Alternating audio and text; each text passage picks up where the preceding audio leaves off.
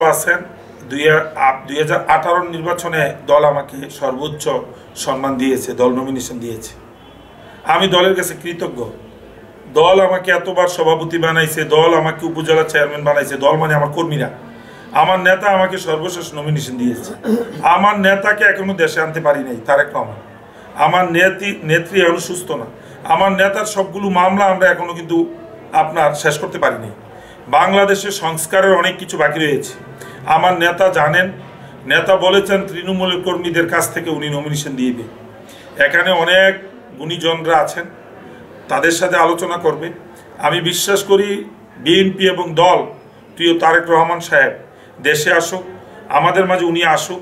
উনি আইসা কুমিল্লা 5কে নিয়ে যে সিদ্ধান্ত দিবে, সকল কর্মীরা আমরা সহ ওনার সিদ্ধান্ত মানি। আমরা ওনার বাইরে না, কিন্তু উনাকে রেখে আমরা উনাকে দেশের বাইরে রেখে ওনার মামলাগুলো শেষ না করে, আমার নেত্রী এখনো সুস্থ হয় নাই। এখনো বিএনপি অনেক, আমার নেতা এখনো বলে যে তোমাদের আগামী নির্বাচন হচ্ছে চ্যালেঞ্জিং নির্বাচন।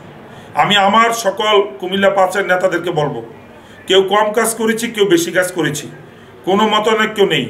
যাকে আমরা নমিনেশন দেওয়া হবে আমরা তার পক্ষে সবাই মিলে কাজ করব।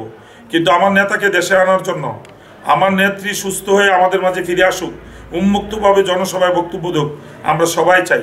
এই মুহূর্তে আমরা ভাগাভাগি নই, আমরা সবাই মিলে রাষ্ট্রের জন্য, দেশের জন্য কাজ করতে চাই।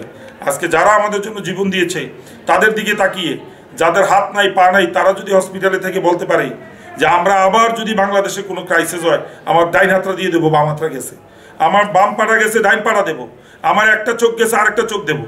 আমরা কেন এখনই চেয়ারের জন্য, ক্ষমতার জন্য, আমার এটা পাইতে হবে, এটার জন্য কেন আমরা এখনই লালিত হবো? আমরা দেশের কথা চিন্তা করে আমরা বর্তমান তত্ত্বাবধায়ক সরকারকে, অন্তর্বর্তীকালীন সরকারকে আমাদের পক্ষ থেকে সহযোগিতা করছি। আগামী দিনও করব। আগামী দিনে একটা সুষ্ঠু নির্বাচন হবে। কেন হবে? সুষ্ঠু নির্বাচন ছাড়া এই সকল সংস্কার সম্ভব না। বাংলাদেশে বিএনপি একটা অনেক বড় দল। এই বিএনপি দীর্ঘ সময় ক্ষমতা ছিলেন।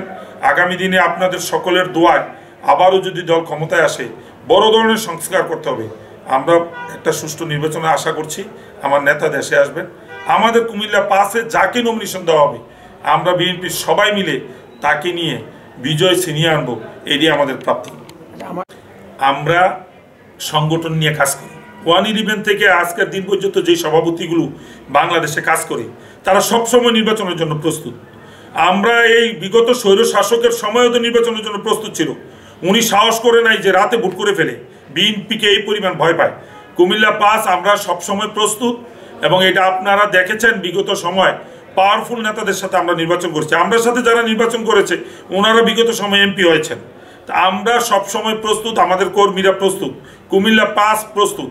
আপনি আগামী 15 দিনের মধ্যে নির্বাচন দিলেও আমরা সবসময় প্রস্তুত হয়ে আছি নির্বাচনমুখী দল।